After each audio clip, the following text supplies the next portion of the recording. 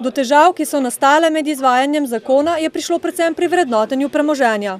Ker gre za elektronski sistem, ki bi naj povsod pobiral podatke, da bi naj celo določeni objekti, ki niso bili celo last, ker so tile postopki legalizacije prostorov in hiš, njihovih objektov, da so bili celo že obravnavani kot njihovi objekti in seveda to se upošteva pri dodeljevanju socialnih transferjev. V Novomeškem centru za socialno delo menijo, da je nova zakonodaja celo boljša, saj omogoča bolj natančno ugotavljanje premoženja.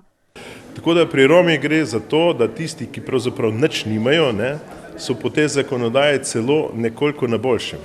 Medtem ko tisti, za katere se je pa ugotovilo, da določeno premoženje obstaja, tam so se pa zgodile situacije, ki so nekoliko neprijetne ali pa po mojem celo bolj poštene, kot so bile včasih. Treba je razčistiti, ali je pri vrednotenju premoženja prišlo do napak ali do nastanka novih okoliščin, pojasnjujejo na Direktoratu za socialne zadeve.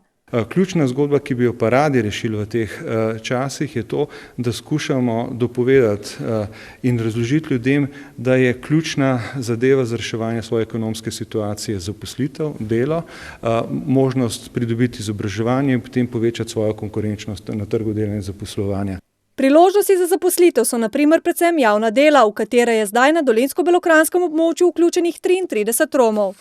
Potem pa še seveda ta formalno izobraževanje, ki jih vključujemo, to je 57 oseb, 57 Romov, 6 jih je izstopilo iz tega procesa izobraževanja, trenutno aktivnih 51 in pa v te institucionalne oblike, ki jih imamo pridobivanje določenih znanj, jih je 12.